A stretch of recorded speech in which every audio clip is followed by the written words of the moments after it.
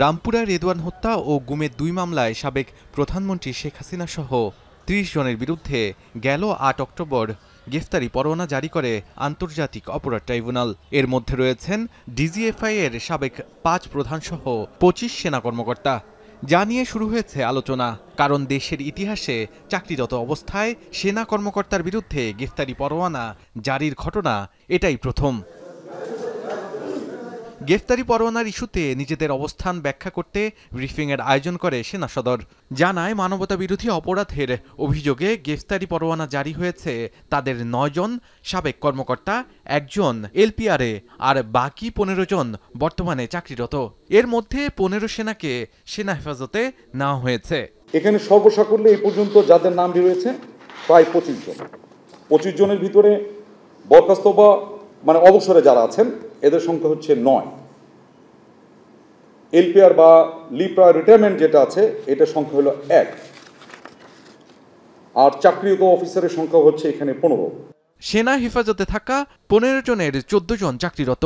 ৯ October সকালে বাসা থেকে বেরিয়ে যাওয়ার পর আর খোঁজ মেলেনি শেখ হাসিনার সামরিক সচিব ও ডিজিএফআই এর সাবেক পরিচালক মেজর জেনারেল কবির আহমেদের। তবে কোনোভাবেই যেন বিদেশে পালাতে না পারে সেজন্য সব বন্দরেই সতর্কতা জারি করা হয়েছে বলে জানিয়েছে সেনাবাহিনী। শুধু একজন, তাকে আমরা বলা হয়েছিল, তাকে মেসেজ দেওয়া হয়েছিল use to stay in Dhaka cantonment, কিন্তু উনি ৯ তারিখের শেষ অবধি পর্যন্ত উনি জয়েন করেননি। বিধায় ১০ তারিখে আমরা তার সাথে আবার যোগাযোগ করার চেষ্টা করি, তার পরিবারের সাথে যোগাযোগ করার চেষ্টা করি এবং যোগাযোগ স্থাপন করি এবং জানতে পারি যে উনি অ্যাকচুয়ালি তার আগের দিন ৯ তারিখ সকালে উনি বাসা থেকে বের হয়েছিলেন একটা আইনের সাথে আইন পরামর্শ নেওয়ার জন্য। উনি আইনজীবীর সাথে দেখা করতে বাসা থেকে এই বলে বের হয়েছিলেন, কিন্তু অদ্যাবধি উনি বাসায় আর ফেরত আসেননি।